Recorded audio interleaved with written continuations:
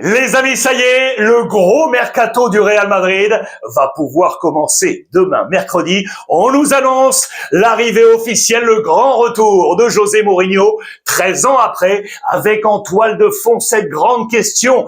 Qui sera le fameux nouveau galactique promis par le président Florentino Pérez? C'est au cœur de votre nouvelle édition. Et restez bien jusqu'au terme parce qu'attention, je vais vous parler de Rashford avec une offre du Bayern Munich. Je vais vous parler de Rafinha avec une nouvelle offre du Moyen-Orient et je vais vous expliquer comment Kimmich, le capitaine de la Nationalmannschaft du Bayern Munich, a il y a quelques mois refusé le Paris Saint-Germain après pourtant un entretien avec Luis Enrique. Il est 16h, heure française, et nous sommes le mardi 9 juin. Les amis, je suis très heureux de vous retrouver. On est à 2 jours du démarrage de la Coupe du Monde. C'est l'heure de votre Ruiz Club, votre revue de presse internationale pour parler football ensemble librement et gratuitement, vous le savez, où que nous soyons sur la planète francophone, grâce à toutes les plateformes de TV5 Monde et l'application TV5 Monde. On va aller absolument partout, mais on va commencer par l'Angleterre avec une très sale affaire.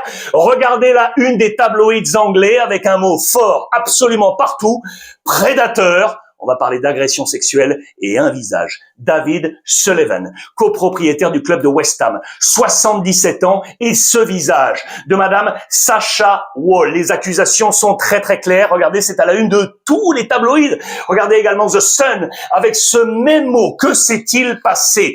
J'ai pris mon petit cahier et j'ai pris des notes. Lundi, la BBC a publié un programme appelé Panorama pour dénoncer les actions de David Sullivan. L'accusation vient principalement de cette femme ici. Il y a quelques années, alors âgée seulement de 24 ans, elle postulait tout simplement pour un contrat d'embauche. Il faut savoir que David Sullivan est un grand patron de presse en Angleterre, avec notamment 2 parutions. Regardez, le Sunday Sport qui est ici et le Daily Sport. Sacha Wall s'est présenté pour ce travail. Condition pour avoir le boulot, vous l'aurez compris, eh bien, tout simplement avoir un acte sexuel. Voilà la demande de David Sullivan et qui a été dénoncée, attention, et pas seulement par Sacha Wall. 7 autres femmes ont parlé de la même chose, d'agression sexuelle, d'où ce terme de prédateur. La BBC a appelé David Sullivan samedi pour le prévenir de la parution du programme Panorama. Quelques heures après, David Sullivan a démissionné, les amis. Il n'est plus le copropriétaire aujourd'hui de West Ham. Il a démissionné, parution du programme lundi dernier. C'est un énorme coup de tonnerre du côté de l'Angleterre. Regardez-le chez lui, là où il a reçu d'ailleurs ces femmes, certaines d'entre elles avec leur maman, en leur demandant ces offres sexuelles, on va en parler ainsi, on va mettre tout ça. Bien évidemment, aujourd'hui, c'est passé sous le coup de la justice. On va suivre cette affaire précisément, mais c'est vraiment à la une absolument partout. Regardez, même The Times met la photo de David Sullivan ici avec sa compagne actuelle et de nouveau le visage de Sacha Wall aujourd'hui et il y a quelques années lorsqu'elle est tombée bien dans la nasse du prédateur sexuel David Sullivan. C'est une grosse affaire, milliardaire, je vous le rappelle aujourd'hui, âgé de 77 ans, affaire à suivre. Allez, retour au terrain avec l'équipe anglaise de Thomas Tuchel. Attention, alerte rouge les amis. On a besoin de buteurs du côté de l'Angleterre. On est un chouïa inquiet par cette sélection anglaise. Si on ne trouve pas plus de capacité offensive, eh bien le rêve de Coupe du Monde pourrait s'évaporer. Pourquoi? Parce que Harry Kane aujourd'hui est, semble-t-il, le seul capable de marquer. Regardez, voici les buteurs de cette équipe anglaise avec le nombre de sélections et le nombre de buts. Regardez Harry Kane, 79 buts marqués. C'est tout simplement plus que les 52, la somme de tous les autres attaquants. Et c'est même plus, regardez, que les autres joueurs. On accumule les buts 67, 52, 79. Il est au-dessus, Harry Kane, au-dessus des attaquants et au-dessus de tous les autres joueurs de cette sélection avec buts cumulés. On a besoin de buteurs. SOS, le signal d'alarme a été sorti du côté de la presse anglaise. Et regardez, autre interrogation, c'est sur la gestion du groupe. Thomas Tuchel va devoir gérer les efforts. J'ai bien aimé ce papier double page dans les colonnes du Time. Je vous zoome sur les chiffres proposés, notamment celui ici. On nous parle, regardez, ça c'est le groupe anglais, le nombre de minutes jouées en club plus avec l'équipe nationale cumulée sur les 2 dernières saisons. Prenez l'exemple du premier, 21 ans, Manchester City, le jeune O'Reilly. Il y a 1 an et demi, il y a 2 ans du coup, 1344 minutes cumulées entre City et l'équipe anglaise. Cette année, 4330 minutes, les amis. C'est un boom de 222%. Regardez les booms. Ils sont ici avec les hommes forts et notamment Quansah, le jeune joueur également du Bayer Leverkusen. C'est plus 198% de temps de jouer. C'est l'émergence de cette jeunesse. Dans le sens inverse, d'autres joueurs et notamment liés à des blessures ont beaucoup moins joué. Je pense notamment à Bellingham. Regardez qui est ici juste avec la voiture balai, moins 47% de temps. Il va y avoir une importante gestion. Ici, à gauche, cette colonne avec différentes couleurs également. Regardez ça. Plutôt intéressant. Le nombre de kilomètres parcourus par les joueurs en moyenne durant les matchs en exercice régulier avec leur club notamment. Lorsqu'on est en jaune, c'est qu'on est au-dessus de la moyenne nationale, ok? Si on joue en Espagne, au-dessus de la moyenne de la Liga, vous l'aurez compris. Regardez, Henderson, Maino, Kane, Anderson, Rodgers ont davantage couru que la moyenne. Il va falloir gérer ça, c'est un impératif énorme du côté, vous l'aurez compris, de Thomas Tuchel. L'impératif également qui est demandé au coach de la sélection anglaise, c'est de faire jouer la Rolls-Royce. Regardez, c'est tout simplement amorcé. Monsieur Jude Bellingham, qui a, vous savez, ce numéro 10, il sera la pierre angulaire. Il y avait une hésitation avec Rodgers également. Le choix semble fait. La presse est unanime. On veut Jude Bellingham pour porter le jeu, vous l'aurez compris, des Three Lions. Je vous rappelle que lors des derniers matchs là de préparation de l'équipe de Thomas Tuchel, regardez, Rodgers était là donc en position de numéro 10, mais semble-t-il, Jude Bellingham devrait prendre ce poste. Qui seront les joueurs à ses côtés et qui sera l'attaquant? Regardez, Watkins ici à droite, Rashford sur le côté gauche et bien évidemment Harry Kane au cœur de cette attaque. D'ailleurs, en parlant du côté gauche, il y a une autre interrogation. Qui? Rashford ou Gordon? Le hasard fait que les deux joueurs sont aujourd'hui les joueurs du FC Barcelone, bien évidemment. Avec l'arrivée de Gordon il y a peu, Rashford va-t-il encore rester? Je vous en parle dans un instant, mais le choix est ici. Je vous rappelle également que Thomas Tuchel a donné une indication, le numéro de maillot, il fait partie des 11, il a le numéro 11, qui pourrait laisser à penser qu'il sera le titulaire, Gordon numéro 18. Votre avis, qui doit être titulaire sur le côté gauche de l'équipe anglaise? Rashford ou Gordon? C'est l'un des dilemmes également de la préparation de cette équipe anglaise. Alors, où ira Rashford, les amis? Vous savez que l'ultimatum est là pour répondre à l'offre que le Manchester United avait amorcée avec le FC Barcelone. On a une option d'achat pour le Barça, sauf que cette option d'achat, dans quelques jours, elle sera terminée. Elle est à 30 millions d'euros. Le Barça, aujourd'hui, ne peut pas payer cela. Hansi Flick est d'accord pour voir Rashford rester, mais à condition de l'avoir une année de plus en prêt et dans un an, le payer moins cher. Mais Manchester United a dit non et voilà comment, les amis, le Bayern Munich est arrivé sur le devant de la scène. On nous dit aujourd'hui que les Allemands auraient donc la possibilité, seraient prêts à lâcher quasiment 35 millions d'euros pour faire venir Rashford. Va-t-il partir? Va-t-il quitter le Barça? Va-t-il rentrer à Manchester United ou filer au Bayern Munich? Au passage, je vous montre ça parce que je sais que vous adorez ça. Regardez, petite séance tatouage, là, juste devant, sur le ventre de Rashford, avec 3 numéros de maillot. Ce sont ces différents numéros de maillot à Manchester United. Il a eu le 39, il a eu le 19 et il a eu bien évidemment le numéro 10. Je vous le zoome. Regardez, les tatouages sont ici. Ça fait partie de ces indiscrétions qui feront partie, bien évidemment, également de la Coupe du Monde. Regardez, Rashford peut-être au Bayern, Rafinha peut-être en Arabie Saoudite, le Moyen-Orient qui de nouveau frappe à la porte. Bien évidemment, je vous rappelle qu'il y a quelques mois déjà, Rafinha était l'objet d'appels de la part de l'Arabie Saoudite avec deux clubs majeurs, Al Hilal et Al Nasser. Le PIF, vous le savez, le fonds national qui alimente principalement les clubs sur place, est une nouvelle fois de la danse pour promettre vraisemblablement au Barça 80 millions d'euros. 80 millions d'euros pour Rafinha qui, lui, quadruplerait son salaire s'il rejoint le Moyen-Orient. Votre avis là aussi, les amis? Doit-il quitter le Barça? Est-ce que ce serait une bonne affaire pour lui de rejoindre éventuellement le club d'Al Hilal ou le club de Al Nasser, le club de Cristiano Ronaldo? En bref, côté Barça, de nouveau, le passage de gardien. Ter Stegen, je vous en ai parlé, il devrait normalement sortir. Lui qui était prêté à Girona, descente en deuxième division la saison passée. On l'avait annoncé il y a quelques jours du côté de l'Ajax d'Amsterdam avec éventuellement un problème de salaire. Du coup, un autre club serait entré dans la danse. Et attention, ça peut être intéressant, c'est le club de la Real Sociedad. Intéressant pourquoi? Parce que Ramiro, l'international espagnol, va quitter la Real Sociedad. On loue l'annonce au Barça, justement. Est-ce qu'il pourrait y avoir un chassé-croisé et Ter Stegen filé du côté de la Real Sociedad? Affaire à suivre. Voyage express de Araujo, le défenseur international uruguayen, qui était avec sa concentration, qui rentrait vite fait à Madrid pour soigner une petite blessure et il repart direction le Mexique pour rejoindre sa sélection. Rooney, lui, est en pleine déconnexion. Il était à Monaco pour assister au Grand Prix de Formule 1. Vous savez que Ronnie Bargi va quitter le Barça. On ne connaît pas encore sa destination. Christensen, lui, ça c'est une bonne nouvelle, qui veut rester au Barça, a rejoué avec le Danemark. Et puis regardez, la préparation à venir du Barça qui s'entamera le 13 juillet prochain avec Hansi Flick. Eh bien, le fils de Patrick Kluivert, le jeune Shane Kluivert, fera partie de ce groupe avec les professionnels. Il est en train de monter en puissance. Le petit de la famille Kluivert Deco, vous l'aurez compris, est en plein travail pour cet été. Gordon, c'est déjà fait. On suivra attentivement, bien évidemment, l'avenir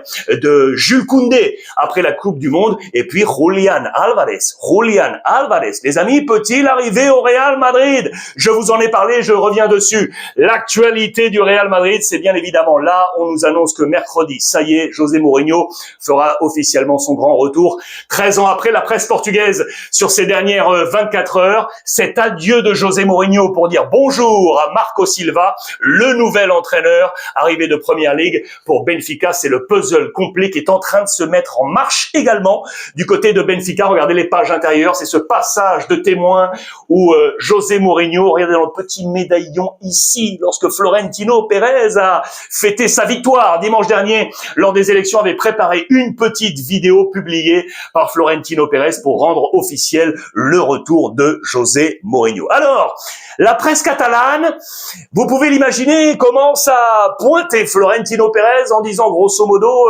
où est l'avenir du Real Madrid, puisque Florentino Pérez, pour trouver la solution, regarde vers le passé. Et ouais, on peut se poser la question, hein, est-ce que José Mourinho est-il encore capable de tenir le Real Madrid comme il avait su le faire il y a 13 ans? Cette photo d'archive, le vieux Real Madrid, parce qu'on nous parle également, vous le savez, de Pepe, je vous en ai parlé hier, qui pourrait être dans le staff de José Mourinho, lui qui était l'ancien défenseur central lors des grandes joutes face au FC Barcelone. Et donc la presse catalane s'interroge aujourd'hui sur la capacité, sur les capacités de José Mourinho. Regardez la une de AS qui nous parle donc de cette liste attendue du coach du Real Madrid. On nous parle d'un nouveau latéral gauche capable de jouer également en défense centrale. On nous parle de Gvardiol de City. On nous parle de Calafiori d'Arsenal qui seraient les préférés de José Mourinho. On nous parle de Bernardo Silva, je vous en ai parlé hier, son compatriote portugais qu'il aimerait faire venir, et de Mateus Fernandes,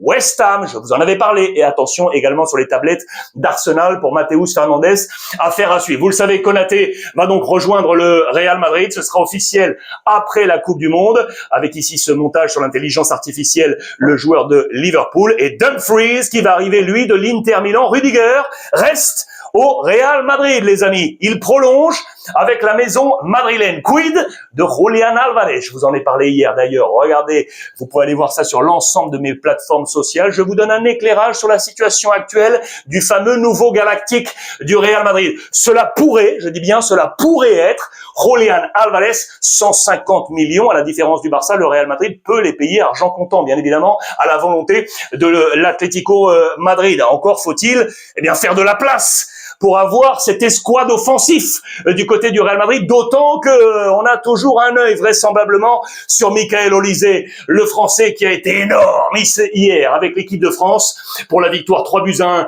face à l'Irlande du Nord. Il a inscrit tout simplement un triplé. Olise triplé, les amis. Hier, le joueur du Bayern Munich, regardez-le ici avec Kylian Mbappé. Les deux hommes pourraient-ils se retrouver ensemble sous le maillot du Real Madrid? Regardez les notes d'ailleurs, il a pris la meilleure note assez logiquement avec un très gros 8 sur 10. La moins bonne note, elle est pour Mike Maignan avec un 5, Koundé avec un 5, Upamecano avec un 5, Mbappé avec un 5. Attention, 4 pour Ousmane Dembélé. Il y a du 6 là pour Doué et un très très bon 7 pour Aurélien Tchouameni. C'était le dernier match de préparation des Bleus avant de prendre la direction de la Coupe du Monde. Real Madrid toujours. Regardez, quand on parlait de place dans cet effectif, eh bien Brahim Diaz pourrait partir, les amis. Je vous en parle maintenant depuis un petit moment. C'est l'un des feuilletons de l'été.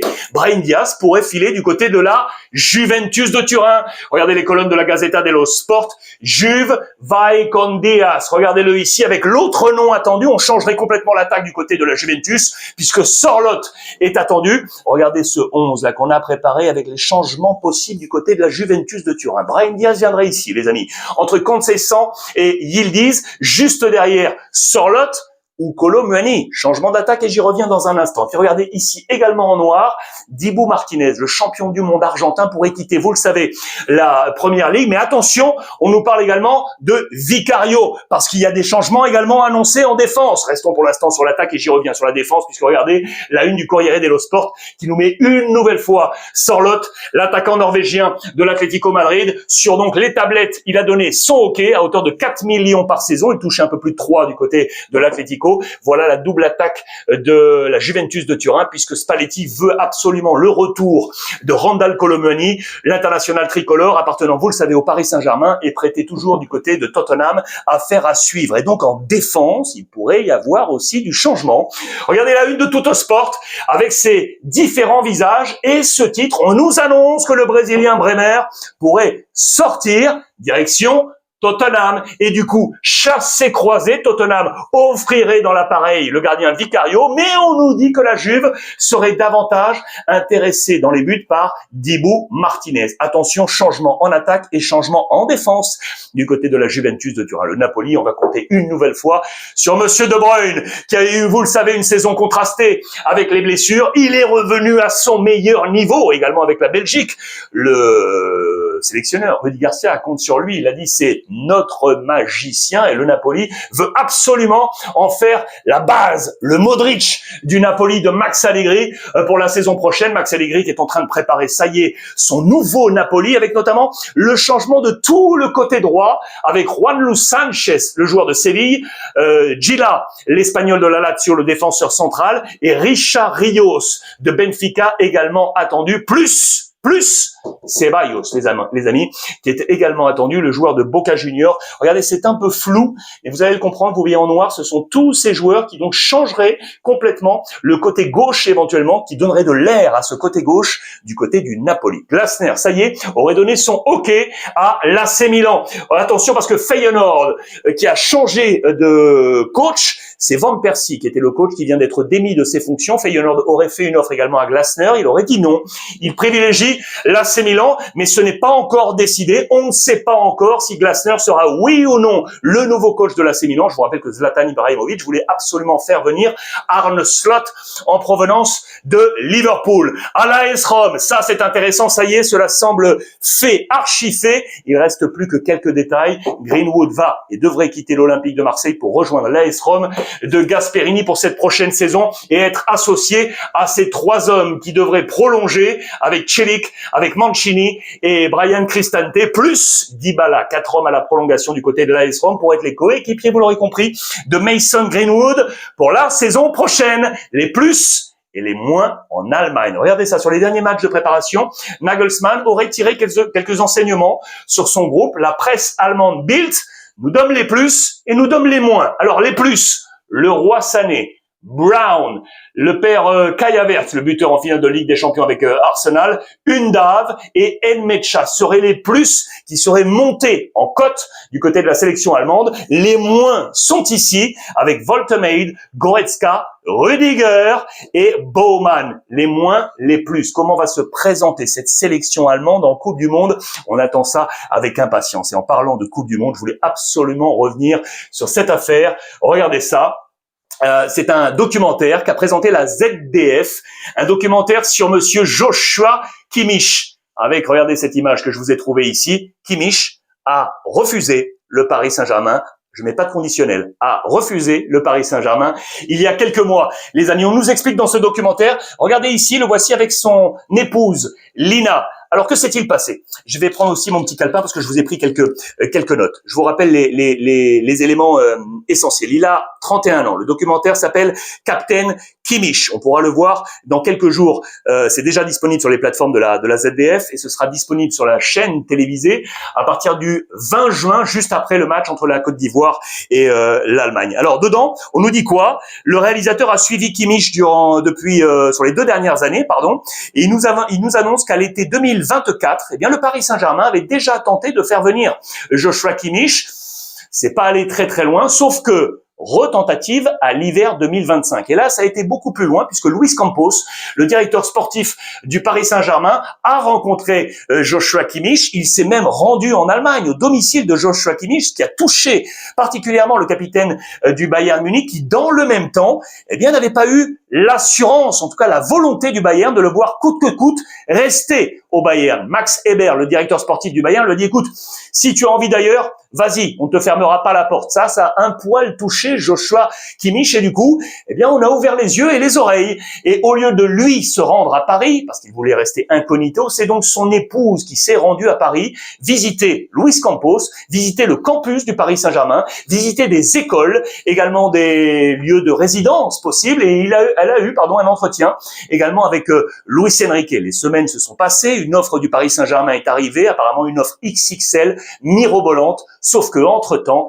eh bien, un changement de coach, vous le savez, au Bayern Munich, avec l'arrivée de Vincent Kompany, ça a changé la donne et en plus, Joshua Kimmich a réfléchi, s'est dit, par rapport à ma famille, il est bon de rester finalement au Bayern Munich et donc prolongation jusqu'en 2029. Voilà comment, il y a quelques mois encore, Joshua Kimmich aurait pu être au centre du projet Paris Saint-Germain. C'est à lire aujourd'hui dans les colonnes de Bild. Les amis, on est à 2 jours de la Coupe du Monde et on est à 3. Ça y est, fermeture des candidatures. Je vous l'ai annoncé ça depuis un petit moment. Vendredi 12. Vendredi 12, c'est terminé. C'est terminé. Fin des candidatures pour participer à la saison 2 des Nouveaux Boss. Je vous rappelle, vous êtes jeune entrepreneur, vous avez une start-up sur le continent africain. Vous avez envie d'être boosté, d'avoir des conseils de véritables experts, de lever des fonds étrangers avec vous pour vous porter financièrement. Eh bien, c'est possible avec les Nouveaux Boss saison 2. Il faut pour cela s'inscrire, aller télécharger via le QR code qui est ici la demande de candidature. Vous candidatez. Ensuite, si vous êtes l'un des élus, eh bien, les amis, vous serez sur les antennes de TV5 avec la saison 2